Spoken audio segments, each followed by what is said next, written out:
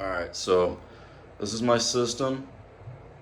I'm gonna go over in detail on all the parts and components of everything I use. You're gonna see a little shimmery dots shaking around, and that's gonna be those two dots right there on the video card, which are annoying and they're always on. It's a poor design. Asus should have made it to where the dots are actually off and then come on if there's a problem. I don't know. So what we're gonna do is we're gonna do a boot up real quick. So just give it a few seconds and see how long it takes. Count down. I'll talk about the screen rate now. So it is a Predator Acer. I've had it for quite a while. I think the monitor I had right before this was a Asus 240 25.5 inch monitor. I don't know. It was 240 hertz. I had it for a while. Didn't really care for the 25-inch screen. Preferred to get a little bit bigger. And really couldn't do 240 hertz back in the day with 1080 Ti's, even an SLI. So what we've got right here, monitor explain. It's going to do 1080p and 1440p at 144 overclocked to 165, and it is overclocked to 165. I mean, face it, I lost 240 hertz. I might as well at least get 165 because I've had 144 for years. All right, so my system right here is always changing. The case, typically you will see, like this one here is a Fractal Define R6, which is a couple years old now. And yeah, those shimmery lights, sorry about that. I do not know how to get rid of those. But I'll recycle a case, probably put 2 or 3 systems through it. And this one here has probably had 3 systems through it already, and almost a 4th. The 10900K, Jesus, that's something I want to do and don't want to do. There's not enough gain right now. The only benefit I would have is I'd be able to probably do a little bit better on some benchmarks with the new graphics cards coming out, which is probably going to be the 3080 here in September. You're going to see probably a EVGA or Asus, maybe a Founders. All right, so over the headset, Logitech 933. They came out the 935. I actually bought 3 of these 933s. They're better than the 5. Gave one to my son and replaced my older one. They're all right. They work. I wouldn't pay $200 for them. There's no way. But the first set I think I did, or I paid $149. And this one here, I think they were clearing the models out. I was in Best Buy and they were $79 or $89. So not bad for that price. The first set I did have some problems and issues connecting, but this one doesn't. So it was just one bad batch. All right, the keyboard is a Logitech 910. It's a good keyboard. I actually got it on sale for I think about $100 when they changed out the model. It is holding up very good, and I think this is the first gaming keyboard I've ever had. All the keyboards I had before weren't gaming, and it really didn't matter. I think the only thing on this right here is probably some lighting configurations you can do, or it can do by itself, and it will have some extra options and buttons, but otherwise regular keyboard worked fine. Right here, Logitech webcam. It's almost been never used. A little bit of dust. And then right over here we go to Logitech. I believe this is the 903, and I had the 900 before they had the charging mat, and I've had this since it came out. The charging mat, it's discolored a little bit. I actually cleaned it not too long ago. It works great. I love it. The surface is not as soft as I'd like it to be. As you can tell when I'm playing my games, I'm used to having a wrist pad instead of using the chair arm to rest my wrist on, and it was a lot more stable for me. But this thing right here also is, the pad is pretty slick, and you'll notice because I have the sensitivity pretty high, and I believe it's the report rate is at 1,000, so that also kind of makes it to where if I just tap it, it just kind of shakes all over the place. That's what you're seeing, but I'm used to the speed. Now let's get into the case and the configuration. So the case has obviously poor airflow coming in the front, so I did a radiator with a push-pull configuration. It's a Corsair, I think 150i Pro. with 3 fans. Yes, very expensive these fans were when they came out. I think almost 40 bucks a piece. You can do the math. There's 11 of them, plus I have one in the closet. So the push-pull was just to help because I knew the airflow would be pretty poor coming through here.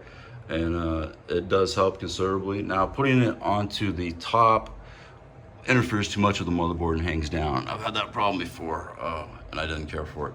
Now what you see right here is actually these fans are actually pushing air into the case. So normally configuration, you would have some air come in the bottom, heat rises and go out the top. But with this configuration, all the configurations I've tested, actually just forcing mass amounts of air in here, even in silent, so which is pretty much 800 RPMs, it will be cooler by about 10 to 15 C.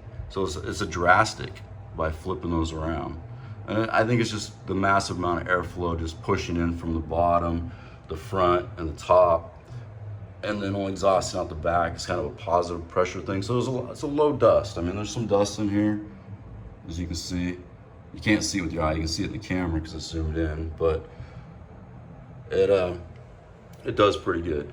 Now on the RAM, I've had Kingston HyperX for years. It was always like a blue color, the heat spreaders on it. I switched to this when it first came out, and I've gone through 3 or 4 sets. This last set right here is 64, the biggest set I've had, and it's 36 megahertz. Well, the other one was 32 at 32 megahertz. And it's the price. I mean, the price of the 32 was $300 or $400, and the price of this was $300 now. So it's like, might as well just switch it out. And then what we've got right here is we've got an Asus graphics card, which I haven't had a lot of Asus graphics cards. I've had BFG and ATI and EVGA, Founders Edition type cards. So, well, I think I did have an Asus before, and I have an MSI. I've had a lot of cards, but the main cards that I like to run right now typically are going to be the main brand names: MSI, Asus, Gigabyte. Yeah, I've had a lot of Gigabytes too. The Gigabyte kind of pissed me off when they did their stacked fan thing. But I had 980 Ti, and it was really good. Now, what we're seeing right here is a board, which is by Asus. It's a Maximus Formula 11. I don't know if you can actually see that on the board. I won't know until I upload the video. Yeah, probably right there. And I've had all these boards, I think, since they first came out. So I've had them for a lot of years. And Asus is the only motherboard I will use typically. It's just because of the reliability and dependability versus other boards I started out with when I first built systems. Now, this board right here is almost identical to the 12. It's kind of another reason why I don't want to go upgrade to the 10900K. And I think there's KFs on sale right now at Newegg for like $529, but we'll skip it. But anyhow, so the motherboard, it's a good motherboard. You guys know it's like over 500 bucks. I don't use the water cooling. I have the option there to do it because I've always considered doing it, but I just like the Formula design board and the way it goes. And I've stuck with it because they didn't always include water cooling on it. They kind of just screwed me and put that on there when they changed it, and I decided to stick with formulas. And what else could I cover real quick? The cabling or whatever, wires right there. That's Corsair's newer series of wires I got when I put this system together. I actually don't care for their wires as much as Cable Mod or these little clamp things they got right here, which actually kind of fall apart. It's like a piece of metal that's got some bumps on it, serrated, whatever, and it just sticks into the plastic. So if you take it apart and put it back together, they kind of just start to get weak and fall apart. The power supply is, of course, their HX 1000 watt, and I believe they have ones with the link, but I didn't want the link. I didn't want the extra wiring. I already don't care for the extra wiring that has to plug into that, but it's whatever. It works. And I've had a lot of these radiators, AIOs, and this one here, I had a 240 before that, and I think I've gone through 2 240s over the years. And this here, sorry about the shakiness, is a 360, and to tell you the truth, the 360 and the 240 perform about the same. That's about bottom line. So if you're concerned about not being able to fit a 360 in your case like I couldn't before, and only a 240, don't worry, they're about the same performance. And I think that's about all I got to cover. Now the Logitech, you notice that is everywhere in my system. That's just because of using it for many, many years and not having any problems. Plus, I like how now these days the software all interacts with itself and one program controls it instead of multiple programs. And then the microphone, not the best. It's a Blue. I never planned on streaming, so I didn't want to go all in all out too big. And this one works. You can see the position of it is not the best right here. It's pretty far away from my face, but it still works. And I think I'll improve sound right now. I'm looking at probably the HyperX microphone, but right now they're out of stock and they're $250 or like $100 over what they are. So I'll wait on that. Plus, they're not super good ratings, but it might be a little bit better than this microphone, especially for not having it on a boom next to my face. But I just want to cover my system and kind of give a run through of everything I've had with this and what I've done with it. And you will see probably one more system in this case, maybe not. I don't know. The cases start to get dusty and dirty and the cracks, and it gets to be a pain to really just thorough clean, and that's the time where it is to buy. Alright, hey everyone, it's Advanced with Tag Gaming, and I had shot a few videos and just wasn't happy with it and the way things were going, so I went ahead and just decided, you know what, I'm going to do it during the day instead of like 2 or 3, 4 in the morning like I normally am up doing videos at.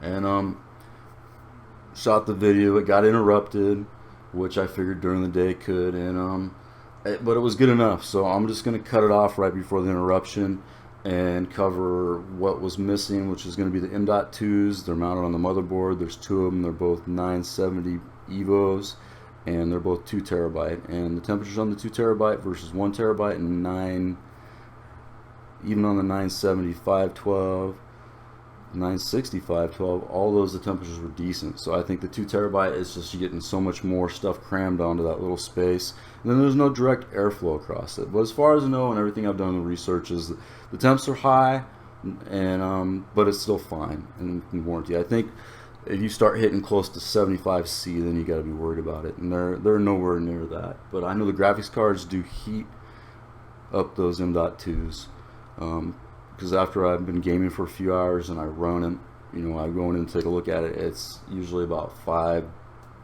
Celsius hotter than it would be normally, unless I'm doing a heavy workload on it to where a lot of information is traveling, then it'll, you know, across it, then it will be about similar on the same temps. But anyhow, wanted to let you guys know about the interruption. Sorry about that.